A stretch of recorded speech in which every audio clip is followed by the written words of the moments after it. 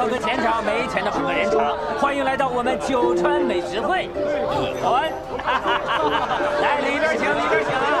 哎，哎呦，您来了！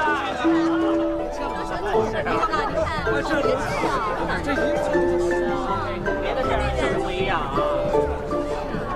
哎，这可比原先的桃园楼好看多了啊！不错不错，这看来是出自妇人之手啊！好看多了。让你们东家出来碰个面，要真是个女子，这也太有伤风化了。出来，这女子怎么能开酒楼呢？各位，我知道各位好奇我们九川美食会的底细，我们东家早晚都会露面的。既然各位今天已经来到本店，那何不先看一下我们九川美食会的菜品呢？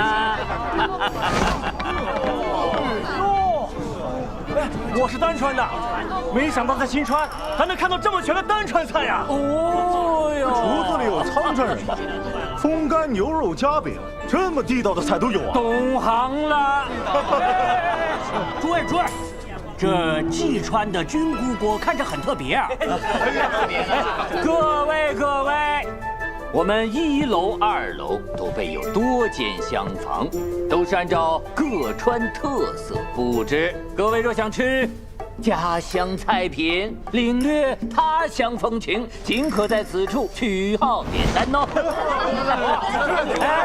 排队取号，都有啊！排队排好队。哎，这么多人，要是排不上号怎么办？是。散台就坐的客人呢，我们都有按照各川定制的碗筷。如果没有排到厢房号的，我们还会再免费赠予丹川纯粮好酒一壶。这不错，好，大家排队，都有号啊！这么多人来啊！都在传这是女子经营的酒楼，想来一探究竟的人多了去了。要趁这几日抓住大家的胃，这酒楼也就成了。户政司板。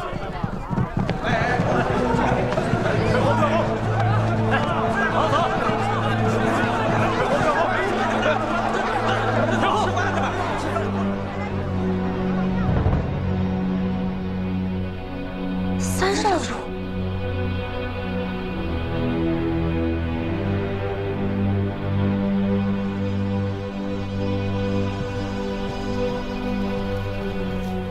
有人举发，九川美食会明面上是酒楼，实则是东家在暗中行有伤风化之事。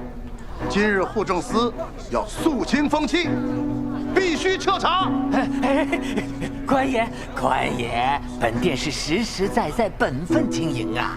今天是刚刚开业，还望官爷您多多包涵。您是大人有大量。等什么？难道要让他这样胡闹吗？不是现在下去，就等于承认这酒楼是我们开的了。真的要如此吗？有人举发，户政司就得查，给我搜！不可如此啊，官爷！官爷，谁来九川美食会用餐，就是意图行有伤风化之事。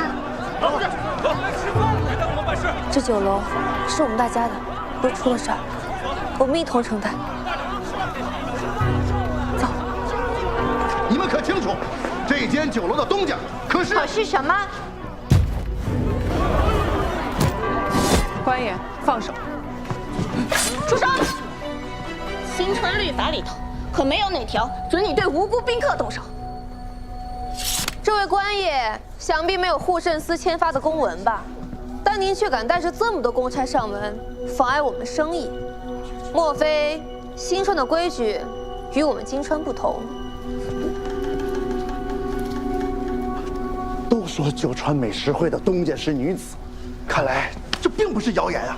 你们举个女子明目张胆的做生意，那就是有伤风化。我今天非得怎样？律法可说了，女子不得做生意。如今您倒是大过律法了。你竟然这么对我！你知不知道你是我的？在这经营的几位女子都是正经人，堂堂正正的做生意。来这的客人不知道东家是什么身份，若有人觉得我们丢人，也是丢的我们自己的脸面。与旁人无关。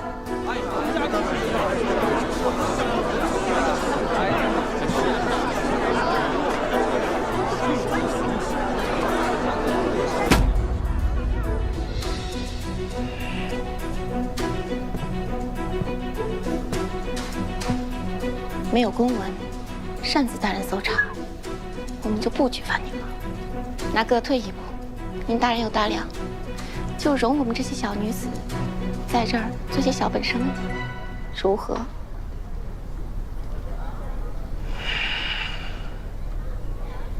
感谢各位官爷检查监督。今日闹了这一出，还请诸位宾客海涵。也正如诸位所见，这九川美食会的东家，确实是我们几位女子。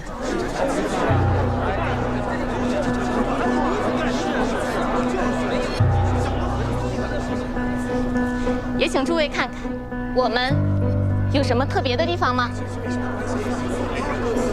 我们头上没有犄角，也不是青面獠牙，我们只是与众多男东家一样，有2只手，干该干的活儿，1双脚，走要走的路。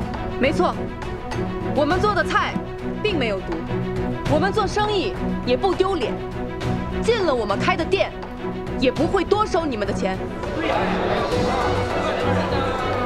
女子行商本就艰难，这不就是有那好事之人污蔑我们不当经营，好在官差当即就来搜查，还我们清白。有劳户政司为我们九川美食会证明，还请几位上新川上房休息休息。也烦请这位官爷上楼一趟，楼上那位东家与你有话要说。你们几个在这儿等着。哎，几位官爷，这边请，这边请。惊扰了诸位的雅兴，今日酒菜一律半价。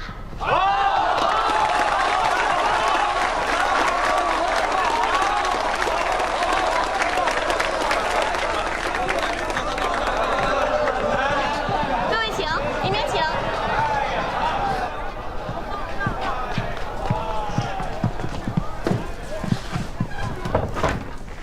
东海堂，三少主，我们对外没有说出自己的身份，就是不想沾光。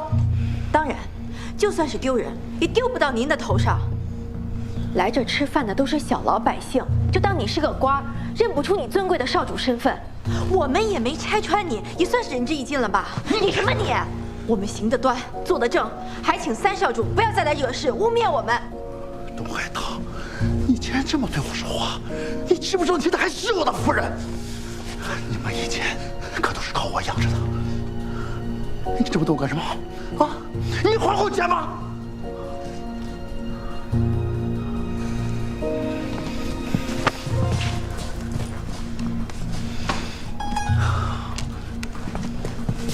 数额你自己填，我们如实归还。你竟然这么对我！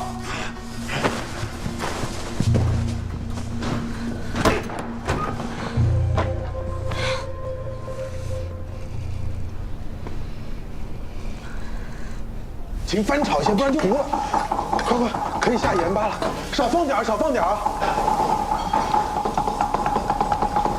听说三少主闹起来了，小人要不要回府一趟？无碍，我待会儿正好要回府，与少主亲自说明就是。哎，那解决了吗？那死老三说什么啦？解决了。云英，你要是有事儿就先回府，我有几句话要跟牛大厨说。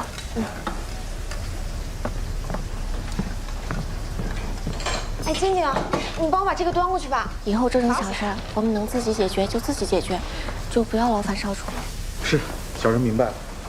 侧夫人，几位铁器姑娘们上手很快，过几日再招些厨子，小人就不用在这帮手，可以回府专心为您和少主做菜了。我想再招几位厨娘。在新川总有需要钱的女子，只要她们肯干活，人品端正，就让她们加入酒楼。再说了，这后厨时不时要宿在酒楼里，我怕是不方便。这有什么不方便的？你就放心的招。以后这酒楼的安全呢，就由我来负责。谁敢欺负你们，挑了他。去忙吧。是。哎呀，都糊了呀！快点盛过来！你看这个燕窝，做的可好了，你这手艺可值不少钱，我都觉得咱们卖便宜了。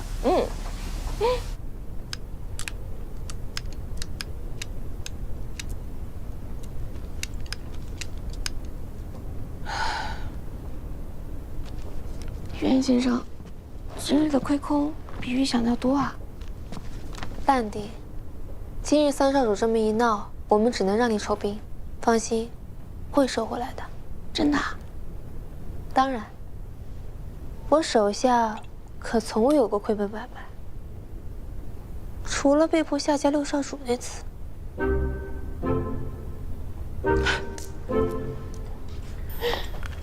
嫁是嫁错了，但是认识了我们呢，也不亏。也是，错有错着。进。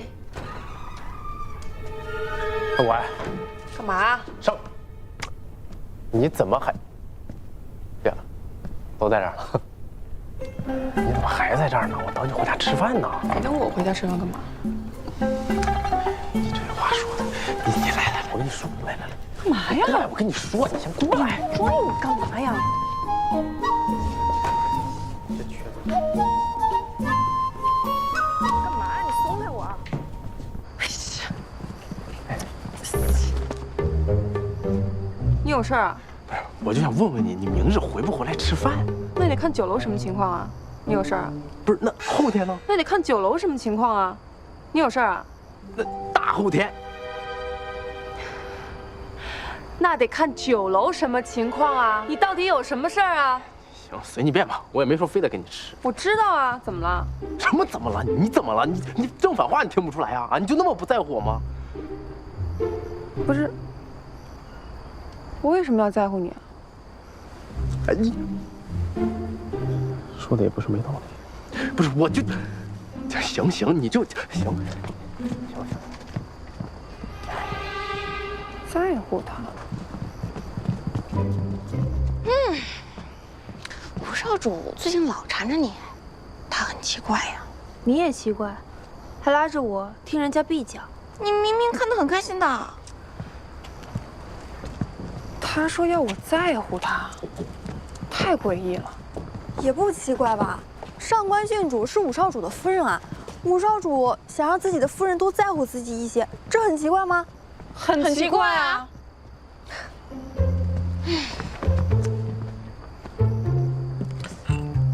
为什么我们会觉得奇怪呢？我们静静这么大一个大美人，在武少主身边，她看见了心动，想倒追，很正常啊。倒追我？也是，我之前听说上官郡主和武少主感情不佳，但看起来你们就是吵吵闹闹的，感情其实不错嘛。感情？在墨川的时候，你帮他挡酒很积极呢。什么呀？那是你不知道。他那天喝酒之后，把我所有的兵器全都摆出来，说要哄他们睡觉，结果自己睡地上。你看看，人家宁愿自己睡地上，也要保护好你的兵器。这武少主八成是喜欢上你。不过他要真想倒追，也挺难的。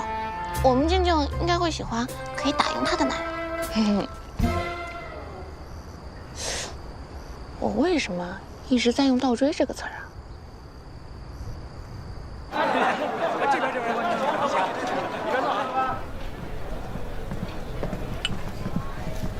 哎，这位爷，您挡道了，您站着，您站着。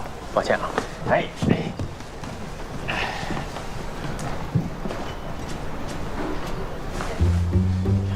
脏啊，这帘子。哎呀，怎么回事？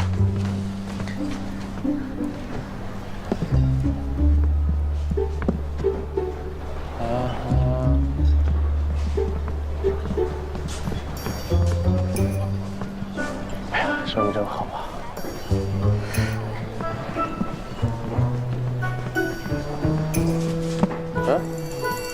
你天天不用上朝吗？老跟着我干嘛？你不知道，我父亲交给我的差事都很简单，我也没有正式的职务，我就偶尔跟着老六办点差事。再说了，我不上朝，父亲觉得这个朝堂的风气他都变好了。你忙吧，别管我啊。我母亲给我介绍那相看的姑娘啊，非要约在这儿，说这家酒楼的东家呢是女子。干嘛？老实要我说啊，有什么好相看？听着就不能安分在家待着。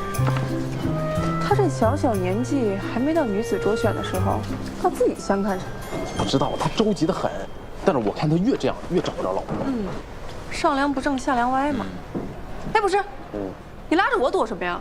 我不能见到他吗？怎么，堂堂五少主的夫人出来开酒楼，很给你丢脸是吧？没这意思呀。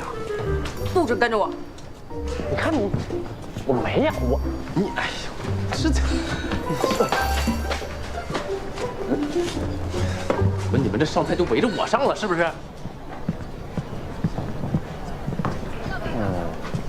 你是银川的是吧？银川好，哎，该吃吃，该喝喝啊，不必拘谨。你呢，把我当个普通人就行啊。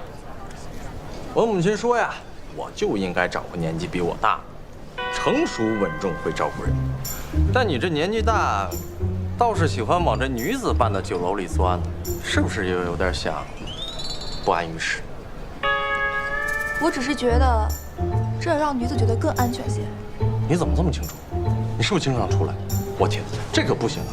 我告诉你，尤其是像我五嫂那种单传女子，天天在外抛头露面，都不是什么好女子。五嫂，停！五嫂，哎，原来真是你啊！我以为我认错了呢。哎，不是，我说五嫂，你怎么能一个下人都不带自己就出来了啊？万一你要在外面红杏出墙了，这谁拦得住你啊？石少主，看见我就看见我了，下次不必打招呼，更不用多嘴。不是，哎，我是为了你好呀，五嫂。我说，哎，五嫂，你虽然是单川的，但是你都嫁到我们新川来了，是不是？你总得守点规矩吧？你不能天天总提着你这把大枪到处乱走，这成何体统啊？你不嫌丢人，我都替我五哥丢人。老石，说什么呢？不是我，他丢什么人？我看你挺丢人。我告诉你，上官是这个酒楼的东家，也是丹川的郡主，轮得着你在这说三道四吗？东家？啊，原来她就是这家酒楼的女东家。我说五哥，你疯了啊！来，我跟你说，你算算。怪不得外面的人都说你驯服这单川烈马，你不刚不振，你竟然让一个女子出来做生意，新川的脸都让你丢尽了，你知不知道？你喊什么？你喊什么你？我今儿个还告诉你，从今天开始，你对我的夫人尊重一点，听到没有？我凭什么尊重她呀？啊，你知不知道外面的人都怎么说这酒楼？牝鸡司晨，以色示人。就你们家这匹烈马，简直就是无耻下作，色泽非。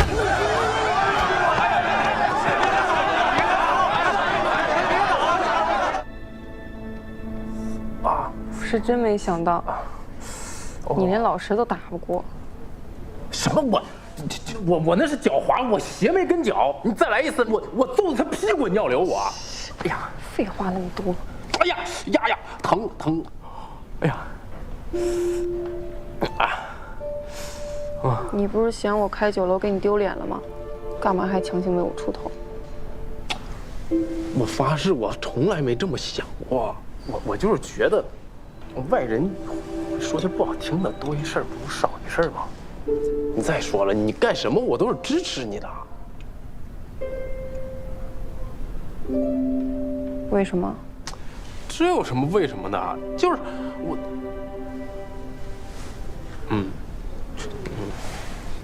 我想让你高兴。什么？啊，就是。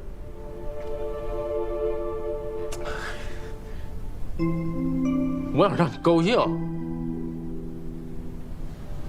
我想对你好，想让你高兴。你说你一个人在新川啊，孤零零的，连个保护你的人都没有。当然我知道啊，我知道你很强，但是我就想着，你说偶尔是不是我也能保护你，让你开心一次呢？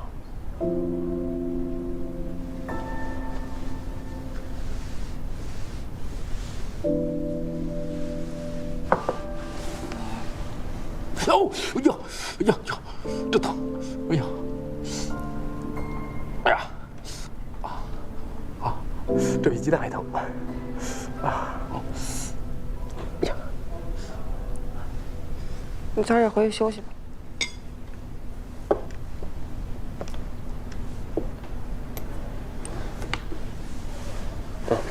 那我走了。等你伤好了再来保护我吧。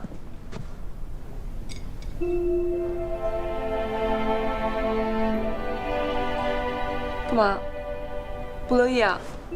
我乐意啊！我100个乐意啊！我说好了啊，脑干涂地，我在所不辞。哎呀，哎呀，行，你收拾，我回去了啊，我走了。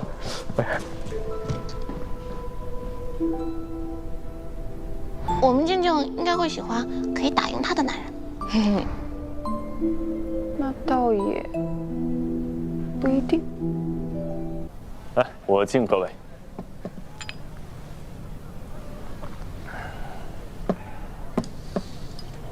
今日设宴请两川使者来，是想聊一聊九川推行新币一事。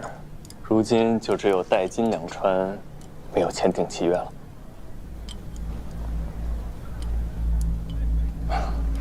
我知道各位还有所顾虑，这新币推行，无论是版式还是印制，都会通过新川。那各川的交易往来、营收状况，新川都会知道的一清二楚。原来刘少主心里都明白呀。您好歹也算是我们金川的女婿，如今这般提议，是觉得娶了我们的郡主尚不知足，还要把金川拆骨入腹？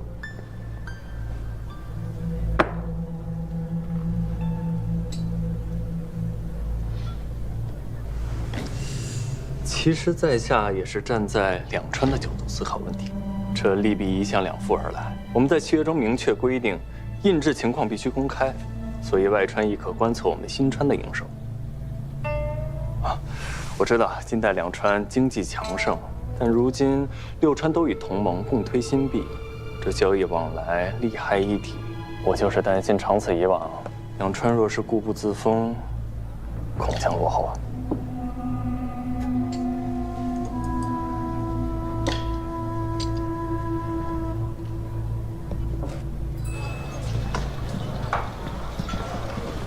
六少主所言有理，待我们回去禀明主上，再行答复。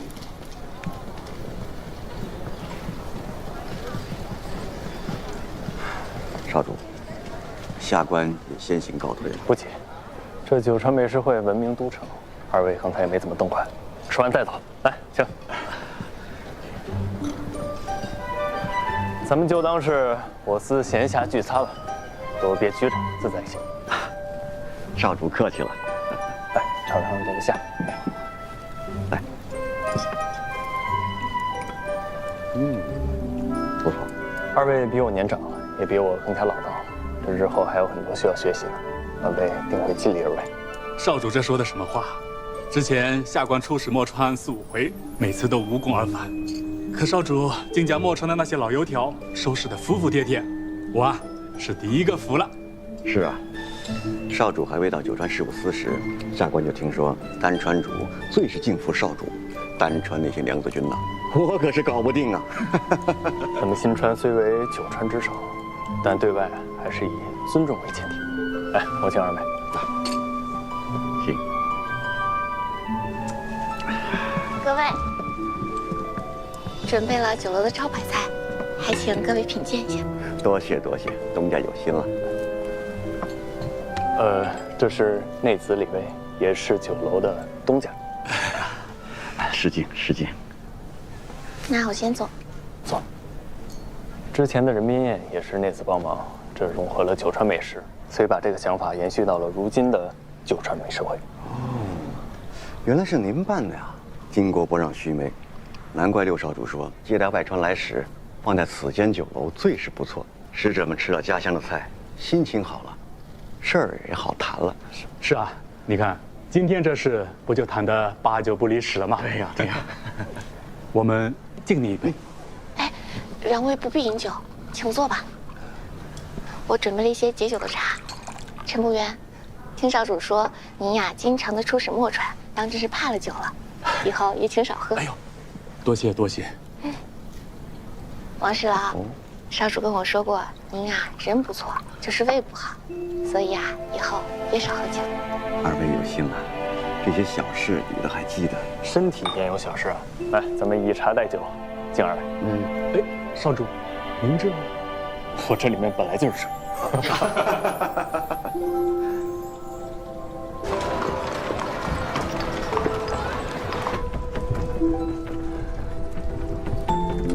你呀，今天表现得非常好，我的部员都很喜欢你。我都快紧张死了。今日元英先生说，就留在家中领账，肯定是故意的。还有你，早就想好了，要将我介绍给你的部员们认识。元英郡主说了，你已经逐渐能够独当一面，提前让信任的人知道你才是六少主府的女主人，这很有必要。那你就不怕传出去，被外人说你专宠侧夫人？我要是有这样的名声，就不会有别人再把闺女嫁给我。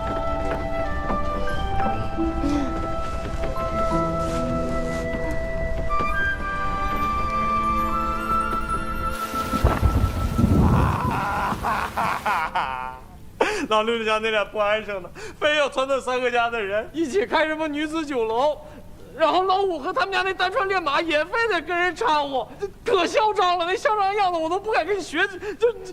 你看看他们把我打成什么样，他们太过分了，芙蓉女子开酒楼，我的人还说，还有其他各川的使者出入其中。那是要踩到我的头上去啊！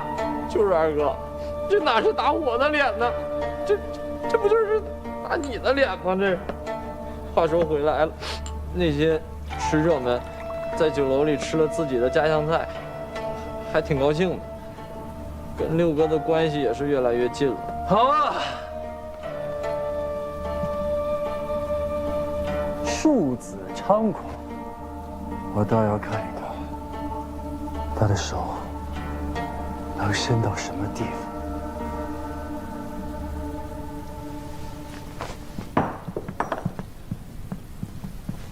少主夫人，少主不必担心，各川使节不过就是去吃了几顿饭而已，就算再亲近，也亲近不过您啊。少主酒喝多了，妾给您沏了茶。你不是和尹正的侧室关系好吗？你就替我去一趟九川美食会，他们一定有不得当的地方。你发现了以后，回来告诉我。他们都知道妾的心里只有少主，估计是问不出来什么秘密的。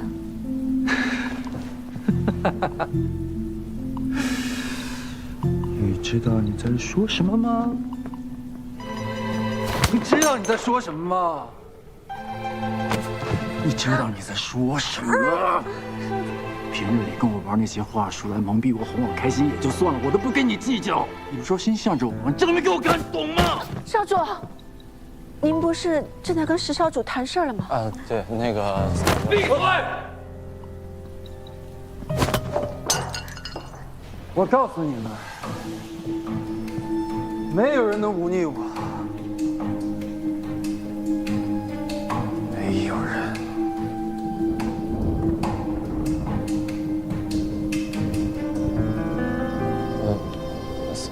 嫂子，我还有个亲要香，我就先撤了哈。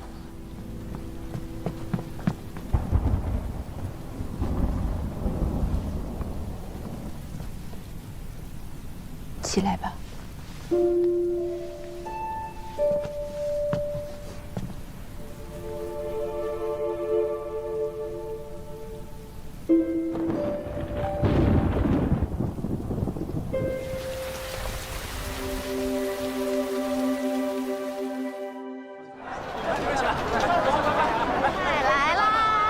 好家，来，你快尝尝，这是烟川特色马蹄糕，你尝尝正不正宗？谢谢，别客气，看起来就好吃。来尝尝，好滑呀，来。尝尝。真的太谢谢你们了，也不逼着我。其实我今天来，是二少主想让我打探一下你们经营的虚实，这才让我出来的，实在是抱歉。这有什么的呀？你千万别想那么多，你就跟他说呗。对呀，你好不容易出来一次，就他那点小心思，还便宜我们白见了你一回呢。就是啊，别怕，我们敢开门做生意，就想好了要应付这一切了。可不是嘛，对面的铺子被人盘走了，也要做酒楼呢。这是面对面跟我们打擂台，我们都没带怕的。酒楼目前虽然还在亏损，但我觉得只要应付过这一切，过了小半年，应该就能扭转局面了。这么久啊？你们清醒一点，这么快就能盈利的酒楼已经很罕见了。元一先生，咱们都说好了，吃饭的时候不能谈生意，你忘了？知道了。哦，对了，二少主确实知道六少主在这个酒楼宴请各川使节，恐怕等时机成熟，他会拿此事做文章。尹征既然要做这件事情，就免不了受别人非议，不能因为别人的闲话就不做事儿了呀。谢谢你告诉我们。郝佳，来，梭子蟹炒年糕也是延川特色菜，多吃点。这菜虽然好吃啊，但螃蟹性寒，不宜多食。哎呀，知道了知道了，就这一次嘛，让郝佳姐姐吃开心。你们真的太厉害了，短短10日，竟经营出这么大的一栋酒楼来。可是我太没用了，我什么忙都帮不上。什么没用？你在说什么屁话？郝佳姐姐，你这状态可不对啊！你要遇到什么难事儿，跟我们大家说，我们一起解决。你们比我家里的兄弟姐妹对我更像亲人。郝佳姐，二少主是不是又待你不好了？他怎么待你了？你告诉我们，我们帮你出头。你直接说就是。没事，我只是觉得自己真的很没用。以前总想着依傍着男人过日子，自作聪明，活成现在这样也是活该。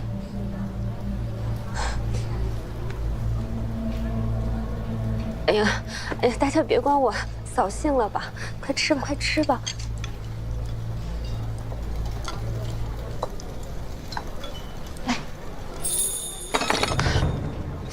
你怎么了？没事，给我。他打你啊，王八蛋！哎，郡主，他没打我，他就是推了我一下。推什么推？不能！对，可是你好欺负啊！真没事儿，我以后还得继续在他手底下讨生活，不能每次出事儿你都去府里替我打出升天吧？而且我也不能连累你们呀。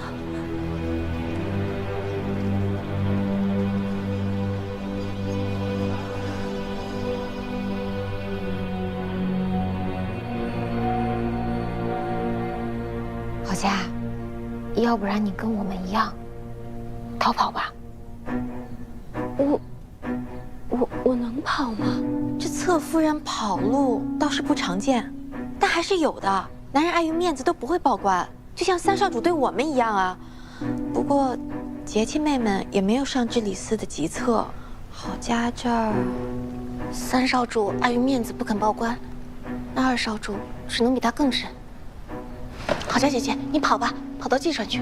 我们两家有交情，我爹爹一定会设法庇佑你的。不行，如果这样的话，那所有的责任就都落你身上了。有什么不行的呀？难道要让我继续看着你这样生活下去吗？只要你愿意争一口气，这责任我单纯替你担了就是。我早就受够了那样的日子，不再想过那样的生活了。要不这样，等风头过了，你到酒楼来住。你不是会做好多花茶花露吗？还会用花枝做胭脂。等这酒楼好起来，你就放到这儿寄卖，肯定会卖很多钱。你可以养活自己的。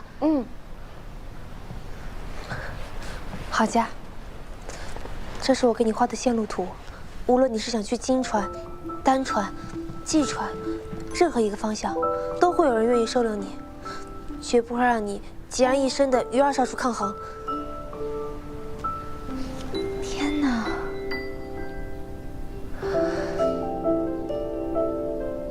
谢谢你们，真的太谢谢你们了。你放心，有我们在。你别怕，人的韧性是很强的，只要你愿意忘记过去，总是能做到的。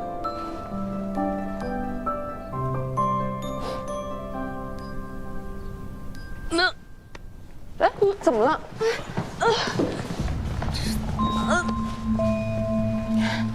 是今天饭菜有问题吗？我吃了挺多的，感觉没什么大碍啊。浩佳，你是不是在家里吃坏什么东西了？没有啊。浩佳，你该不会是……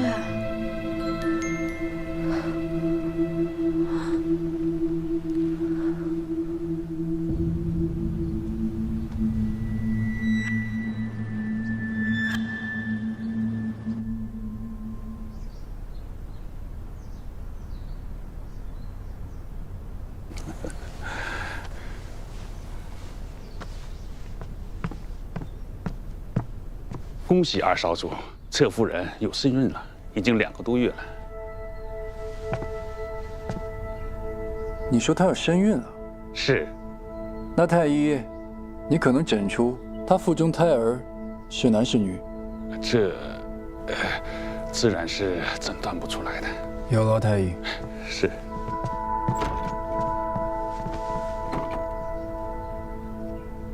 这几年，我只有2个庶女。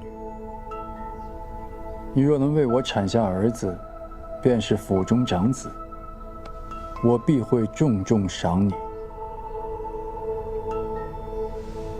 方如，你去城北神王庙，请那个张神婆来，她断胎儿男女素有经验。少主，我认为无论是男是女，都是天赐之福，应该不必。行了，让你去你就去。你要好好休息啊。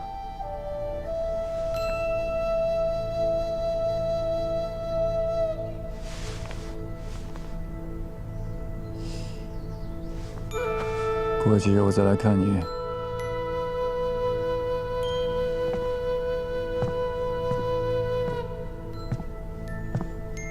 还不快去！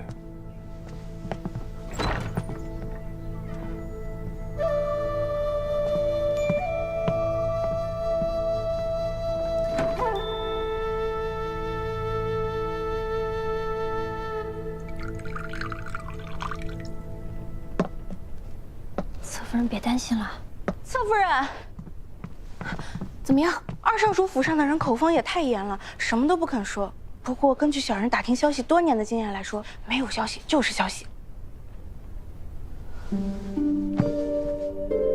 就是说，郝家姐姐真的怀孕了？绝对呀！内务厅的补品流水般的送到二少主府，太医讳莫如深，许是没过3个月，胎还不稳，所以还不能说。这女子怀孕都是好事儿，侧夫人要替姐妹高兴才对呀。有孩子是好事儿，就是这孩子来的不是时候。我有些担心郝家姐姐，这样一来，二少主就会把她看得更紧，又有好长的日子见不着她了。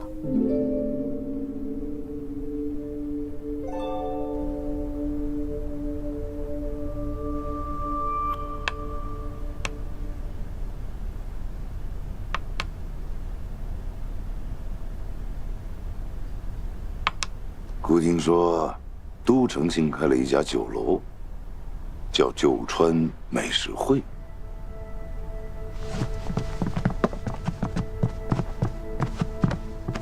姑还没说什么，你俩倒跪得勤快。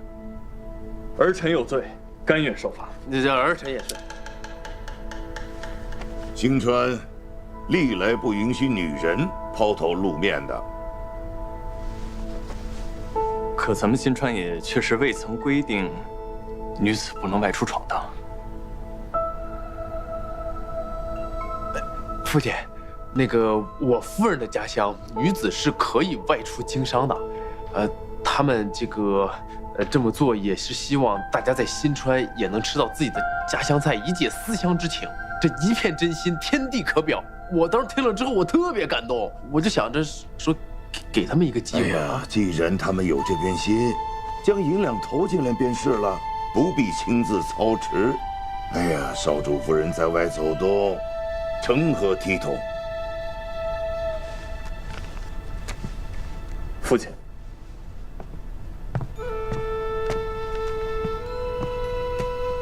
其实丹川的观念就是男子能为，女子亦能为，而且丹川兴盛跟丹川主信任女子也不无关系。我认为这酒楼还能表现出我们海纳百川。再说，他们如果只投钱却不经营，这对于其他东家也不太公平。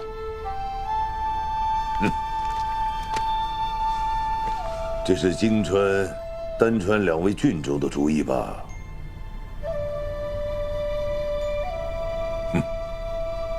起来吧，裴姑，把这局棋下完。啊，是。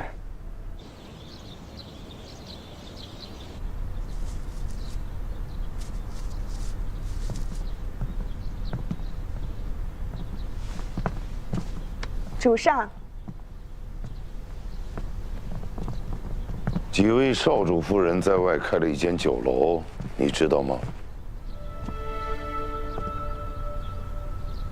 看来你是早已知道了。臣妾也是刚有听闻的。你是怎么想的？妾以为那几位少主夫人这么做，也不算违反律例，做法是否破格，还需观察。若当真无事，不妨当作没谈，用人不拘男女，只看本事，对新川也大有裨益。你知不知道，老六在酒楼宴请外传使者，商谈公务。这件事儿，妾确实不曾听闻，但妾以为尹征，他绝对不敢行逾越之举。他在九川事务司任职，应对外川是他职责所在。那酒楼颇具特色，外川使者爱去也是有的。若能让外川使者放松洽谈，许多事也许会顺利些吧。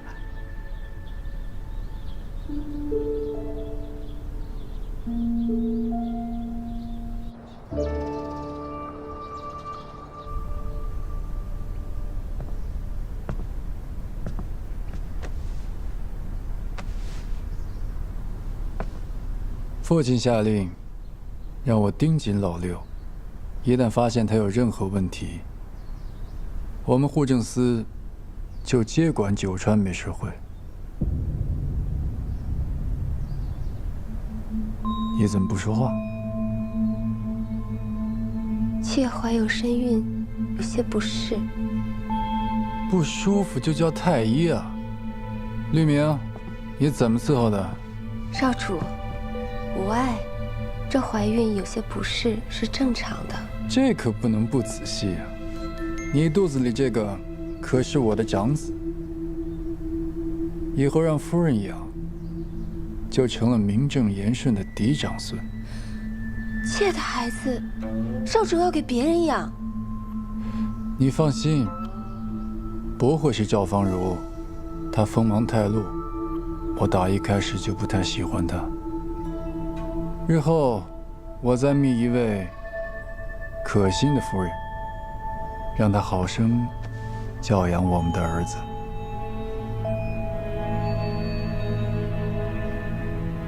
这些脂粉全部都扔掉吧，对孩子不好。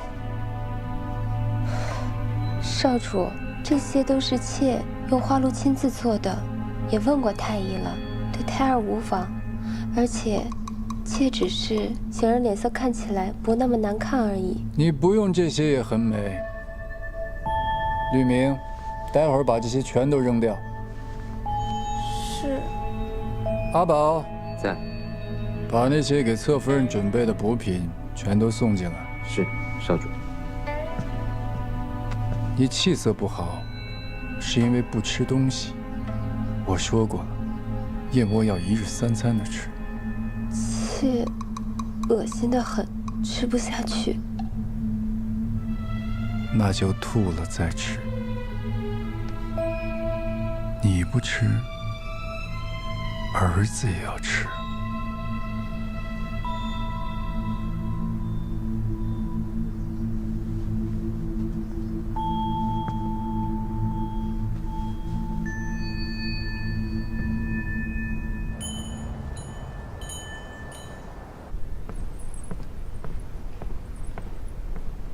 夫人，小人已经将话带给六少主了。主上不满九川使者在酒楼用膳，此番突然发作，想必是有人在背后说了什么。好，我知道了。请恕小人多嘴，小人忍不住，告诉了六少主，您也为他在主上面前说了话。那他说了些什么？六少主的意思是，感谢您替他说话，他很感念。母亲，阿呆想吃糖。你父亲说了，只能吃1颗，不然会有龋齿。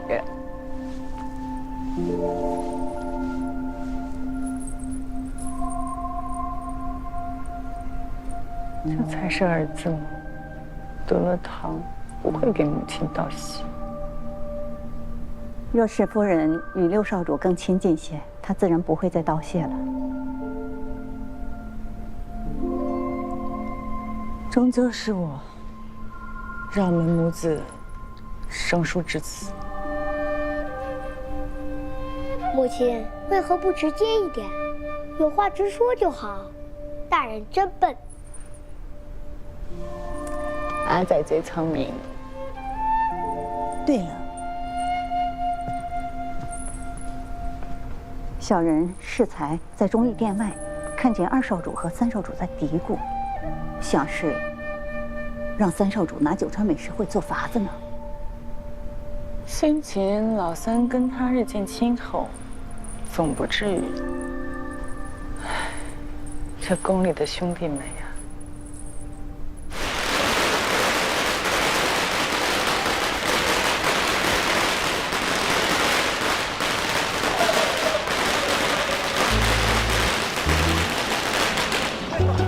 欢迎诸位光临九川美食大会，请多指教。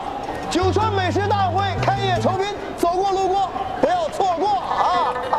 来，里边请，里边请，来，走过路过不要错过啊！里边请，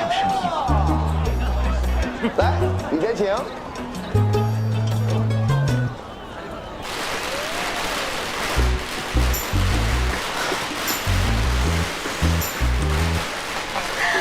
这个死老三，这几日没动静，我以为他想开了呢，没想到他来这一套啊！这个死老三是不是炮仗转世啊？怎么战不怕呀？什么？战不怕？哎呦，我这就要去骂他！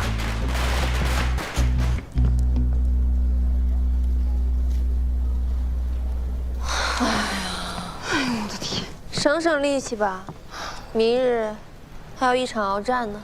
哎呀，是啊，他明天肯定还得作妖。若他们上门挑衅，不用理会，按我的计划做就行。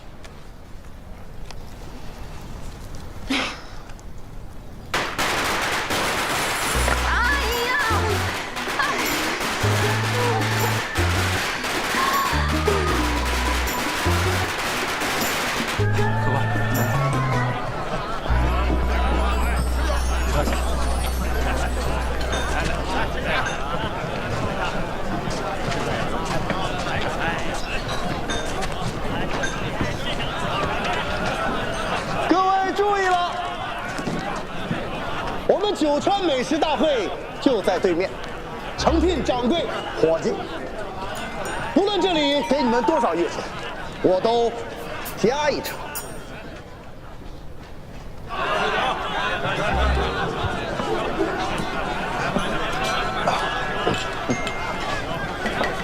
嫌少是吧？啊，那就加2成。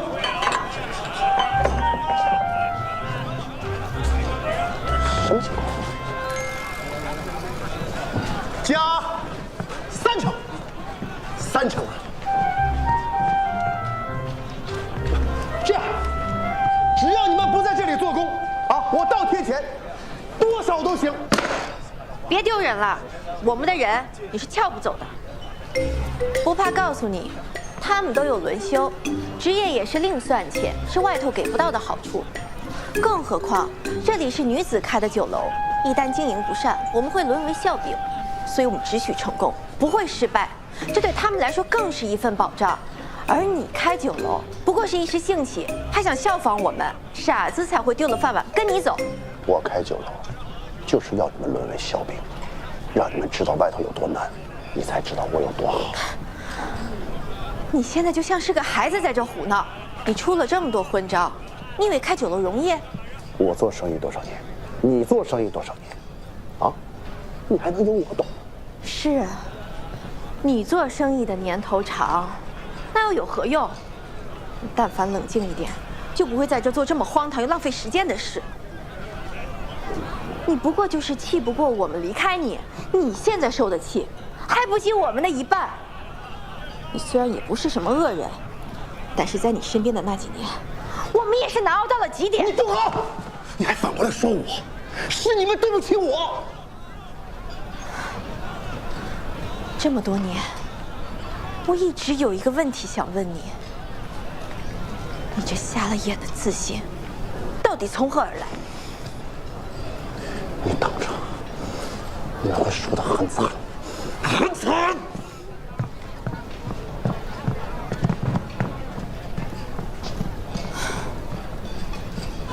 九川美食会酬宾，每样菜减3文。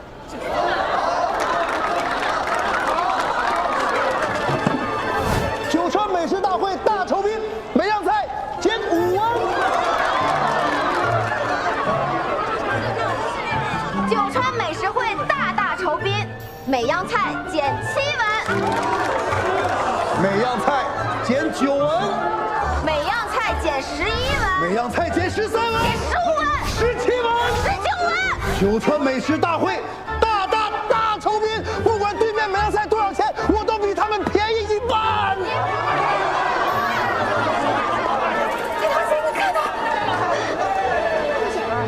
这就放弃了吗？啊！你等着吧，都来我这儿了吧？等着吧你。里面请，里面请。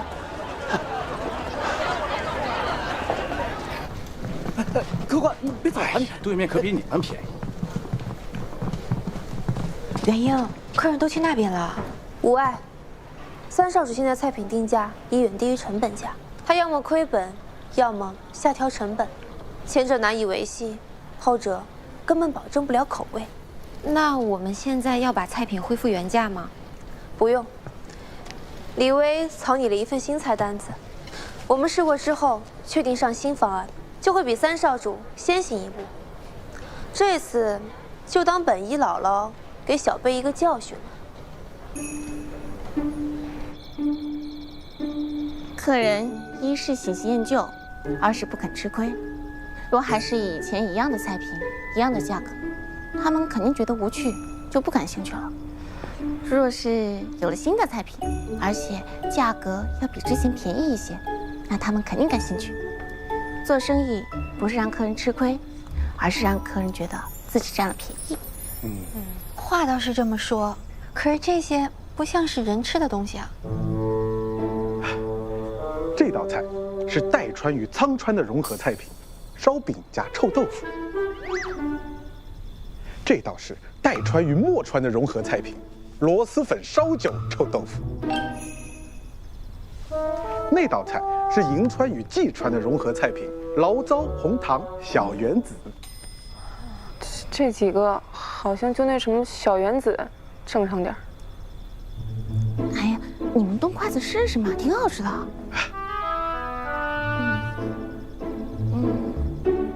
好，我来。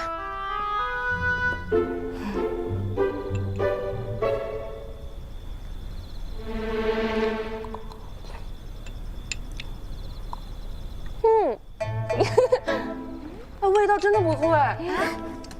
我尝尝这个，是还可以啊。莹莹，你尝尝。不用了，过犹不食，是自制力。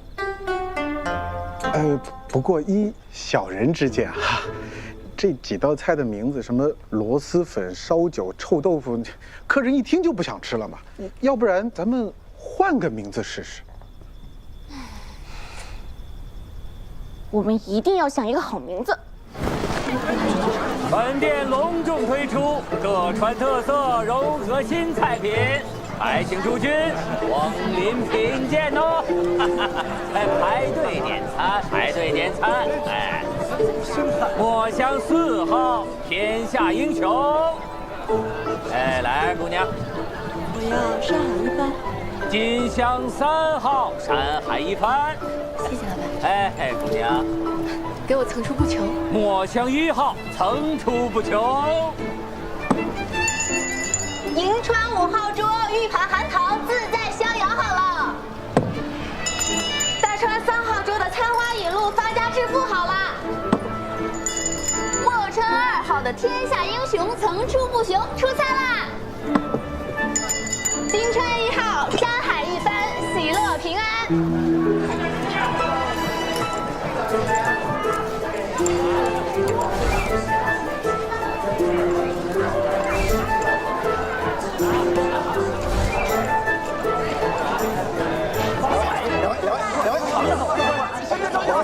别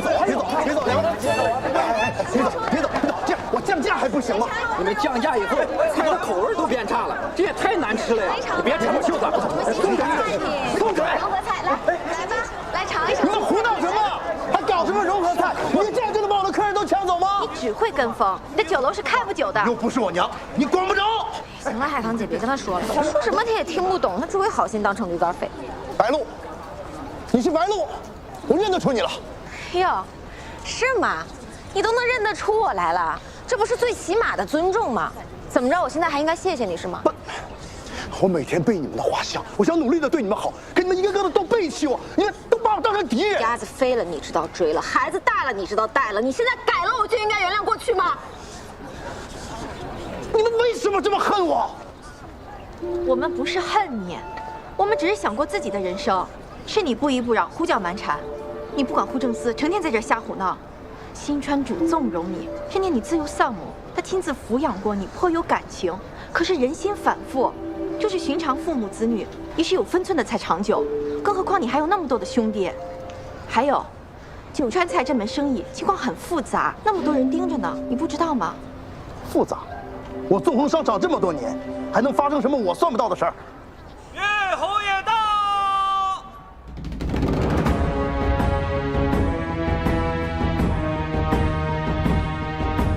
岳侯爷，舅侯爷，舅侯爷，新川夫人及亲兄长找您封了魏相侯的。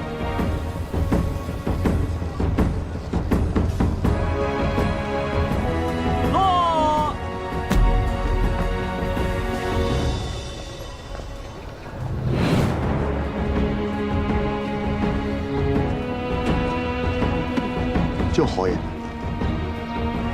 您怎么来了？三儿也在呢，正好，颁令吧。户政司敕令，九川美食会、九川美食大会当街摆类，不立方式，九川使者出入，目睹情状，更有伤风化，故2酒楼全移交户政司监管。万乡侯代行全责，一应事务，不得擅专。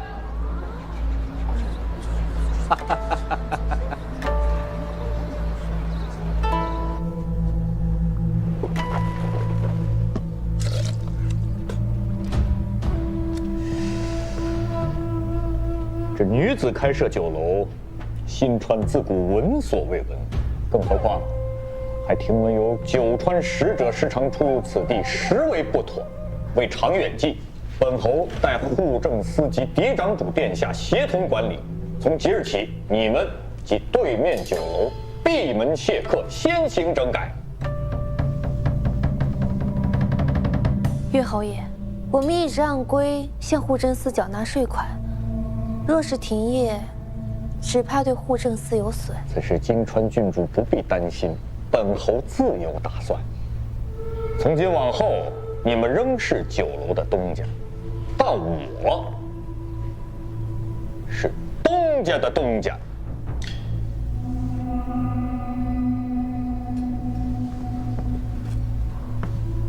你带老五、老六家的3位去抄一下近日来酒楼用膳的九川外使名单。是。你随我一同下楼去找一下老三。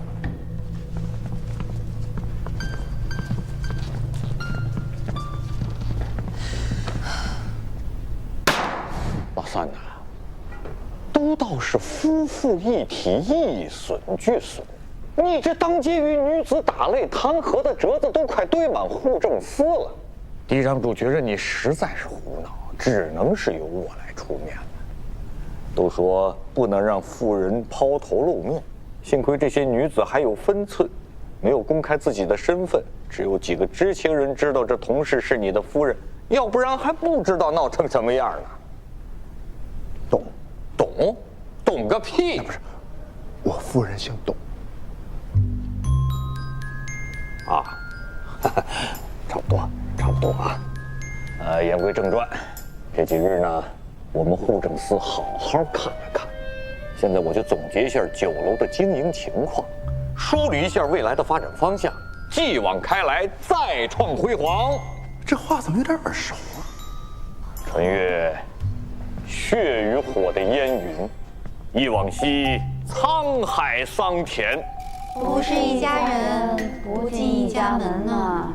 既然酒楼开在新川，就应以当地人的口味为主，而不应只是一味讨好区区几个外乡人。当然了，你们身为女子，自然不懂得这其中的道理。所以说，要用更优秀的决策人才。居然有人比老三还烦！不要靠近这个糟老头子，会变得不幸。总之，你们要有更高的眼界，更大的格局，走向更新、更好的将来。弄明白了，他就是想把我们恶心走，好让老二和他自己霸占这地方。你们在说话？你怎么听见了？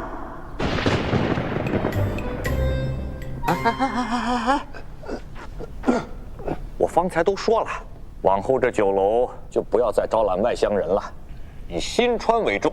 舅爷，既然你把大家都收编了，那就是一家人了。晚辈想从长远计，这里是九川美食总会，那不面向九川，那岂不就是格局小点了吧？我在户政司多年，自然懂得这酒楼的经营之法，要以大局为重。哎，你还是太年轻了。来，我好好教教你啊。经营酒楼之道，无非就是细腻可言。你要知道他们的口味和喜好是什么。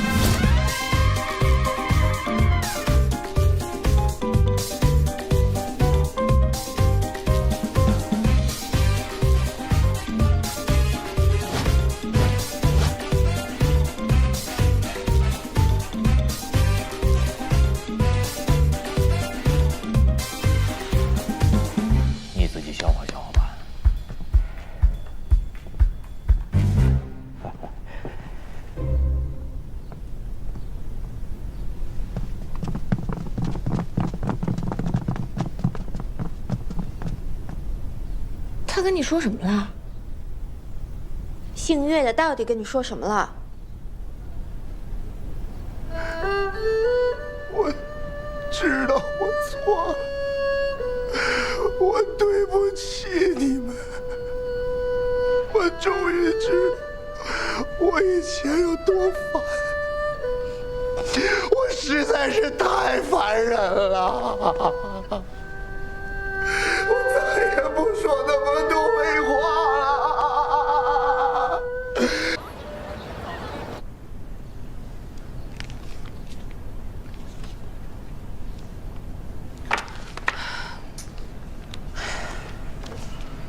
哎，我就不明白了，停业整顿，让我们抄这些日子来这吃饭的九川外使的名单，这就是影响酒楼的生意啊！对他有什么好处？这岳侯爷根本就不是来管生意的，分明是受了二少主的指派，冲着六少主来的。岳侯爷并不重要，关键是二少主究竟想做什么？一动不如一静，且忍这一时，以观其变。写得如何呀？有气，还请自行消解。毕竟是嫡长主命我来协管酒楼。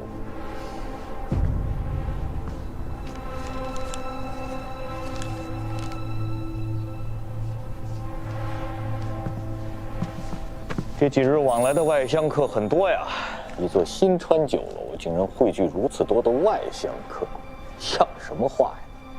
得知会伙计们，等酒楼重开之后，便不再接待外乡客了。侯爷此举怕是不妥吧？这酒楼设立之初，本就是为了让在新川工作的外乡人能有归属感。若是不再接待外乡客，开这酒楼有什么意义？此规矩即日实行，不得有异。侯爷虽奉命协管，但我们是酒楼的东家，有不合理之处，我们说句话还不成了？不同意？那好，你们就不用再管了，回家相夫教子，大家都方便。我户政司人才无数，随便调几个人过来，都能经营好这座酒楼。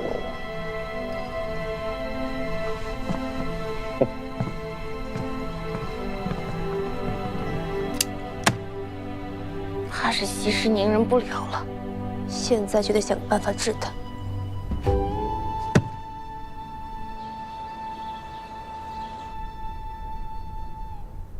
父亲，你们这是要做什么？儿臣斗胆誓死弹劾户政司万乡侯岳侯，他妨碍九川美食会经营，罪行罄竹难书，儿子实在是不能容忍。父亲，户政司确实干涉过多，便是儿臣也不能不管了。二哥派万乡侯监管酒楼，可他真不干人事啊，完全忽略了做九川美食总会的初衷啊！还请父亲收回成命，只要岳侯爷不干涉酒楼经营，儿臣愿做牛做马，誓死效忠新川。就算收回儿臣全部半数家产也成。是的，父亲。哎呀，听起来是有些偏颇，可户政司协理酒楼，也是分内之事啊。六少主求见。宣。主上万安。你也是为老二的事儿来的吧？二哥什么事？二哥怎么了？你不知道吗？二哥他……儿臣是想禀告有关新币一事。这新币虽非九川事务司之事，但是由儿臣提出的方案，也有意向九川流通。这如今户政司缺少人手，九川事务司责无旁贷。哎呀，但是让你插手户政司的事，分责不清。你若是有什么构想，尽管报呈。是。儿臣确有普及新币的想法，请主上过目。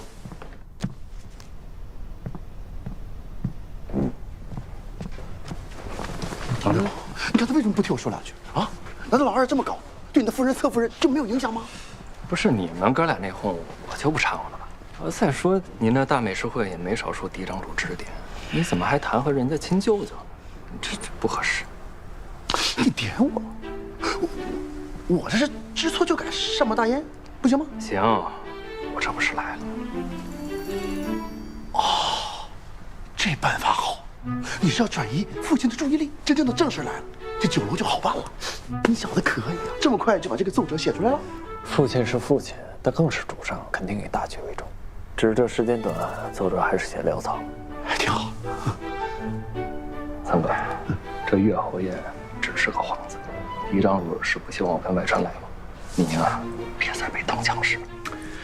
就是啊，三哥，我知道你只是气不过府中女眷出走，想在他们面前露脸才去捣乱的，是吗？说说吧，三哥，你太幼稚了。我知道，哎，知道就好，太年轻了。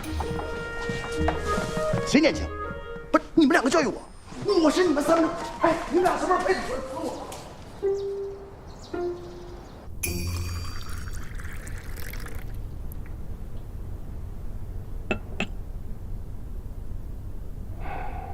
主上，小人以为六少主虽奏的是新币的事儿，但说的还是弹劾。你很少插嘴这些。小人知错。起来吧。谢主上。กู知道老六是意有所指，不过这次老二属实过了。顾明户政司协管就是让他盯着，别出乱子。哼，他倒好，起初他认为老六会利用颍传拉拢外川，如今看来，也就是老二认为他有此心，故让旁人盯着。都未见他有什么出格之举。宴请的时候，也只是谈了一些九川事务司的公务，倒是比老二还可靠一些。主上看来已有打算。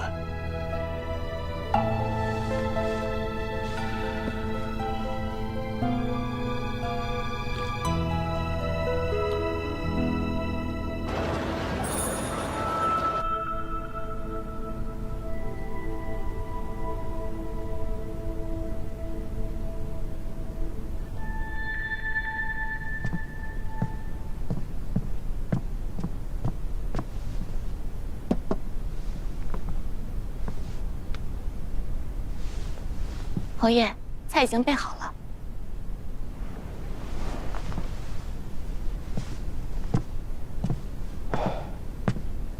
其实，今日宴请侯爷，是想说，不如早日让酒楼开张。一直封馆，原本的客人恐怕会留不住。侯爷受嫡长主之命协管酒楼，若是将好好的铺子弄得关了张，也怕是不合适。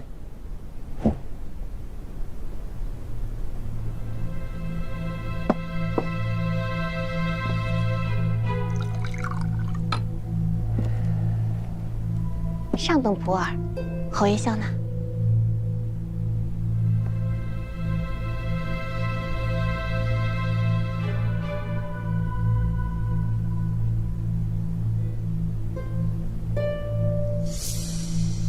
其实，侯爷近日的教导，我们都听进去了。只是这酒楼再关下去，怕是我们谁都捞不到好处。侯爷在户政司任职，应该知道我们行商缴纳的税银不少。如若再关门歇客，贵司的亏空多少，侯爷心里应当清楚。为长远计，推行商道，大利民生，这一点侯爷心里明白。如今酒楼已整肃多日，若再关下去，我想主上亦不会乐见。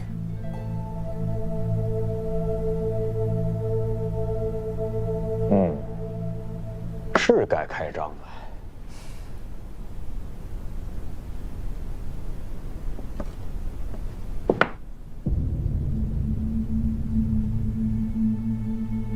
但是本侯有个想法，待得酒楼重新整改之后再行开业。这些日子，你们就在家中想想菜色，不必前来应访了。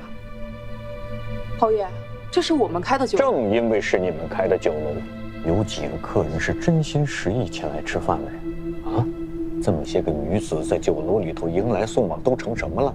知道外头人都说成什么样了吗？传话的人嘴巴不干净，难道还要怪罪受累之人吗？那外人怎么不盯着别人，专盯你们呢？天天抛头露面，书白念了呀！侯爷明鉴，我们不是不知道流言，是不能在意。只要做事儿，就肯定会有人非议。如若只在乎他人眼光，那必定一事无成。即便是流言，能有人好奇酒楼是何模样，也算是争取客源。能不能留住顾客，才是我们的本事。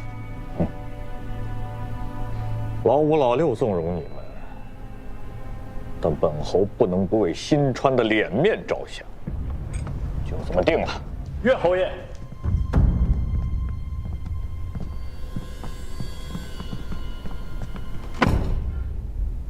新川主旨意，酒楼不再由户政司监管，可重新开业。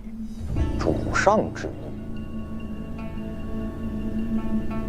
新川主是何用意？岳侯爷难道还不清楚？无论是方式改革推行货币，还是让女子外出营生，这都是为了新川的将来。我知道侯爷对女子行商颇有成见，但这酒楼在他们手中经营，却比从前好上数倍。由此看来，你我肩上能担的，他们同样也可以。停业以来，户政司已经损失了1426两税银。侯爷再这么闹下去，这方式改革可如何进行？我身为九川事务司协理，按律可就此事弹劾侯爷刚愎自用，滥怠公务。放肆！你一个小辈，竟敢如此以下犯上！救侯爷息怒，救侯爷息怒。这老六说的不无道理。这段时间您打着户政司的旗号这么闹，连累的不只是咱们这两家小商铺，外头行商的也跟着受牵连。他们就怕户政司下一个收编的是他们自己，所以父亲才下旨让您别管了。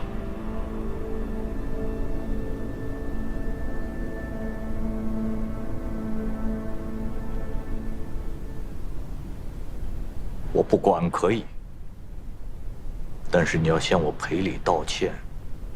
我素知你平日里半杯酒都喝不下，但是你这目无尊长之事，总该有些自觉吧？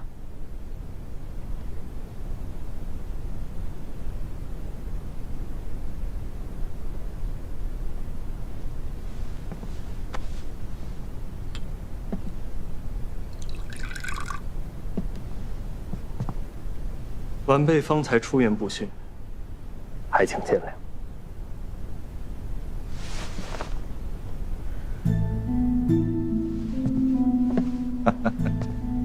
你若真是想向我敬酒，总该要有些诚意吧？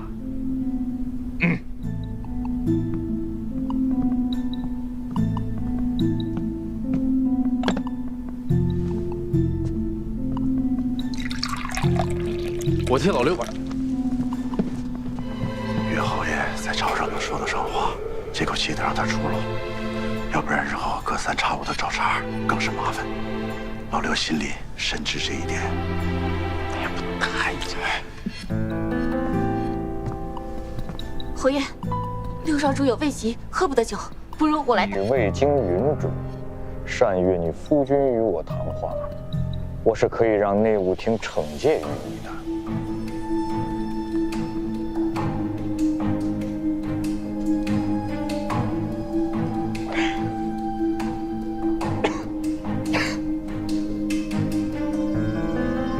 岳侯爷大人大量。哼！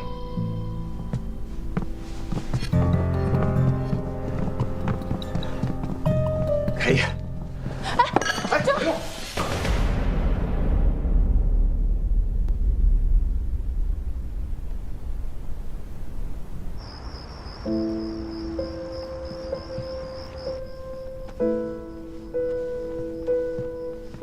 水来了，侧夫人。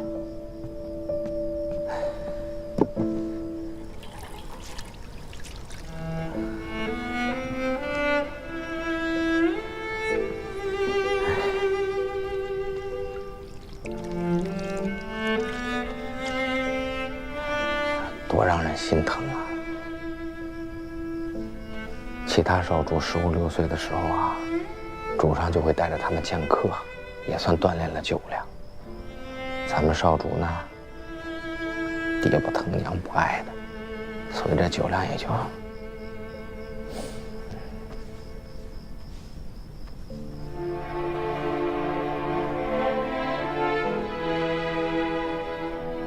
侧夫人，咱们少主心里多有数啊，他准是知道今天这酒躲不过去，还不是为了您出头吗？来，换个耙子。以前这些活都是我干，如今呐，我可就交给您了。啊，那个我去厨房，吩咐他们熬点醒酒汤，以备不时之需。多谢。哎呀。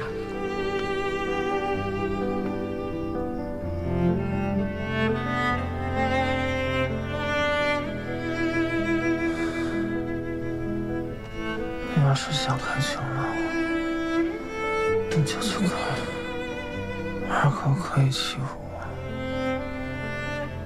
但我不会让他欺负你的。你不会让他欺负我。